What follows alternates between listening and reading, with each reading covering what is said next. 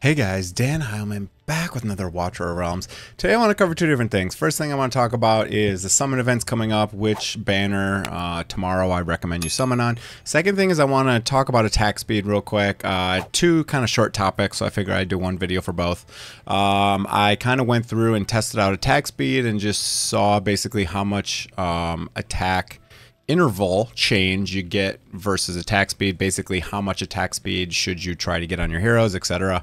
Okay, let's begin. So very first thing is summon events. We have three, I guess really two summoning events coming up this weekend. We have one for Arrogance, honestly one of the best heroes in the entire game. So he's a ranged ground unit, right? Just like Zilla2 has the same range as Zilla2. Can also attack airborne units, like Zilla2 can as well. Further away, so deal single target damage to enemies further away or airborne with the demon bow. Okay, so pretty cool unit. He does a lot of burning and other stuff like this. Here's his ultimate. Oh, that looks pretty cool. It looks like, wow, increases attack range as well. Very cool. Does burning, does AoE damage, does single target damage, does a lot of extra attacks, does burning. Quite good in a lot of content. How is their ratings for someone when he's not out yet?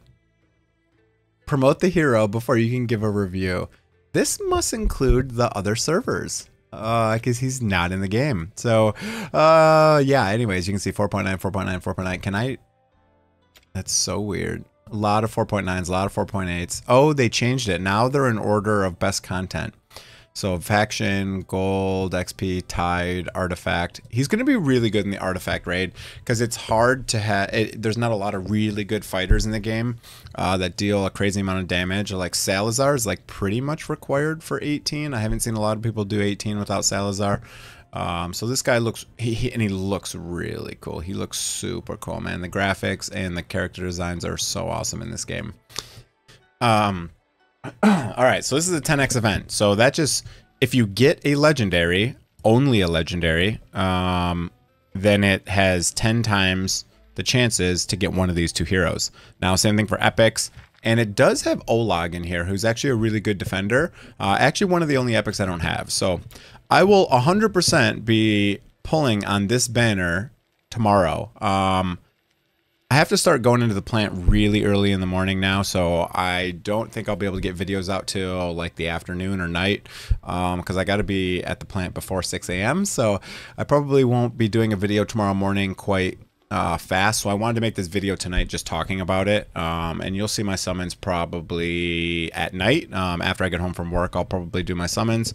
I might be able to sneak out a video, but highly doubt it. Or maybe I'll record it and then I'll have to edit it when I get home. But anyways, so this is going to be really good. Now, this is for the regular summons and the legendary summons, or whatever they call them, whatever the two different types of summons. They do one for each instead of having one event. Anyways, now we also have this event with Captain Reeve. Now, this also is a 10x event, and you have Osiren, who I think is quite bad. And you have the new tank defender called Captain Reeve. Now, he has some stun and stuff and doesn't seem amazing. He does have a slow and a stun, so he's got some CC. Probably the best CC defender in the game. When attacking enemy targets under control, restores 3%. That's really nice. So he's probably going to be a good defender. But compared to the other hero I just went through, probably not going to be quite as good. You can see he has some 4.9, 4.8, but then when you come down here, obviously it's quite bad. He can't even attack units, so that's why gear rate through is so low. But he has this very interesting thing here. If you just own him, your gold obtained through any sort of battle is increased by 6%. Gold is quite hard to get in this game, especially if you're leveling up a bunch of gear. If you're only leveling up very good pieces, you probably don't have a problem with gold. Kind of depends on what you're leveling up and where you're at in the game. But if you're doing a lot of gear farming and you're not keeping a lot of good pieces, you probably have no problem with gold. But I think this is going to be quite good. So basically you get 6% no matter what. And then if you have Razak and him, you get another 6%. 12% gold boost is kind of big because it just seems to be passive for every bit of content.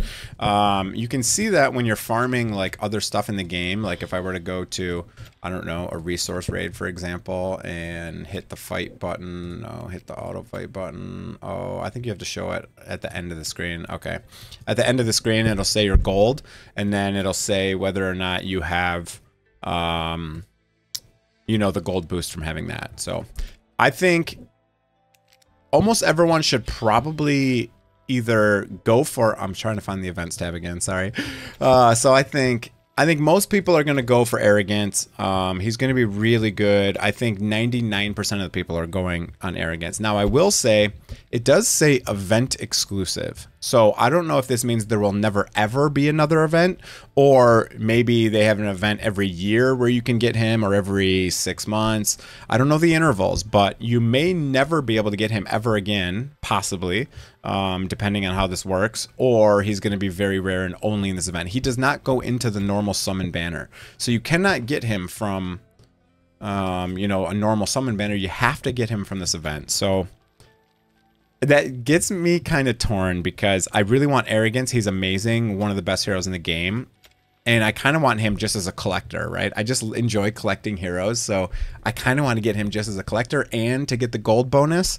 So yeah, you kind of got to just, you can also wait till the 2x. So it seems we have a 2x event every other weekend, kind of, and then a 10x event every other weekend. So I'm assuming that maybe the next weekend there's going to be a 2x event. If you don't have a lot of summons and you don't have a guaranteed way to get to pity, you may just want to save up for 2x events because you're going to get higher rates. So the 2x events, you get more legendaries, but I feel like the 10x events, you kind of get better legendaries, but you get less of them. It's kind of in my experience. When I've done the 2x events, I get Shamir. I'm sure you guys saw my double Shamir pull and all that stuff. So it's kind of just dependent on your count and, you know, if you're a spender and all of that good stuff. So I also don't know what this stuff is here. It says there's an event that we're going to go through and clear some stuff. So we'll have to see how that works. But that'll be pretty cool. And we also have a 7-day login, which is not released yet as well. So here's basically the pre-event registration. You get a couple of quick things. And you can see there's some stuff that's going to start tomorrow, right? So okay, now let's move into attack speed. So, all right, so I pulled up my attack speed calculator. This is on my spreadsheet if you want to take a look. But basically what I did is I took gear on and off my hero to try to get a bunch of different attack speed numbers. And then I just graphed it versus the attack interval. Basically, the steeper the curve, the more valuable attack speed is. You can see by the end, you're almost getting nothing from attack speed, right?